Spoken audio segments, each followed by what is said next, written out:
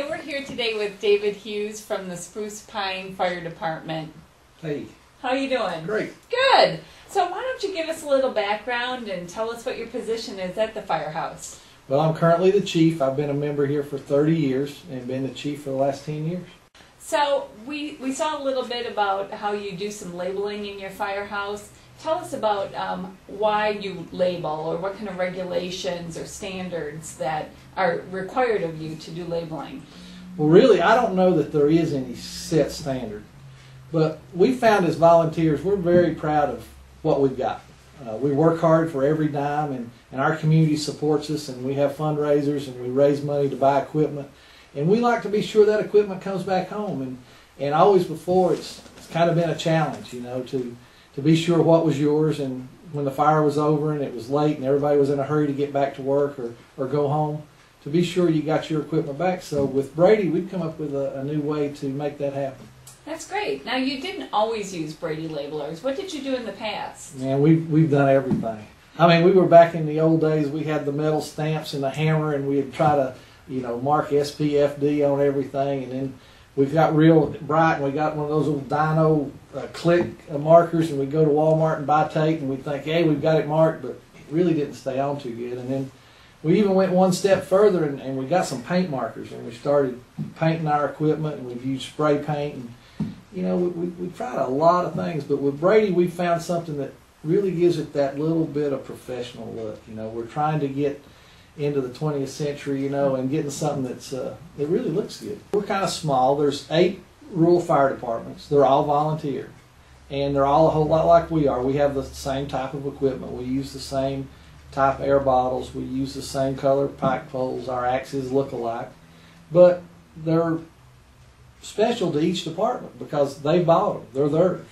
And so what we did is we came up with not only a way of identifying them, but a color code. Each department has a color.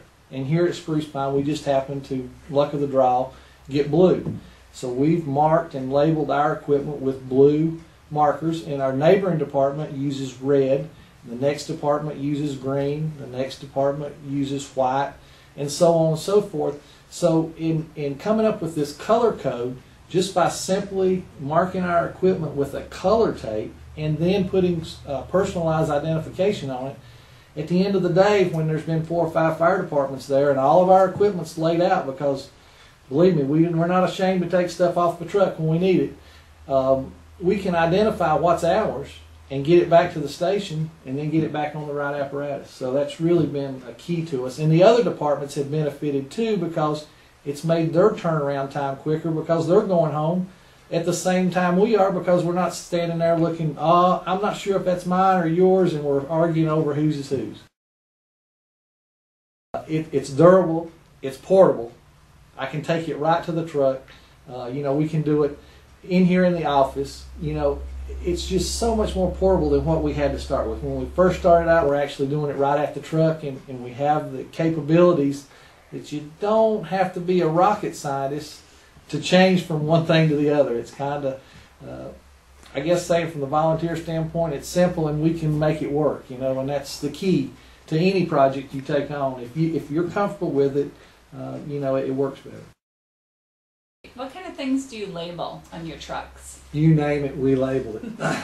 From axes to pike poles to halogen bars to nozzles to hose to air packs to any type of fixture that we use, whether it be a reducing fitting or a flange or, you know, a chainsaw, a gas can, a first aid kit. We're labeling it all. And the reason we're doing that is because the price of that label versus the price of losing one air bottle, the justification, it's a no-brainer. I mean, when you're trying to manage, you know, a $500,000 a year business year, and every dollar counts, when you can bring every bottle back home and they cost $1,000 a piece, it was a no-brainer to spend the money buying the tape and to buy the Brady printer and doing it, you know, truck-wide, station-wide, whatever you want to call it. Right, right.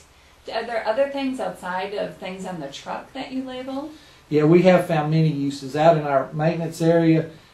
Just the simple things that we take for granted, like getting the tools back in the toolbox when we're out there changing light bulbs on the truck. You know, we found In our maintenance area, we've labelized, if you want to call it 5S and whatever, our shelves in our maintenance bay as far as where the filters go, where the hose washer goes, where the 2.5 hose goes on the rack, where the 1.5 hose goes on the rack, where the adjustable wrench goes, where the claw hammer goes.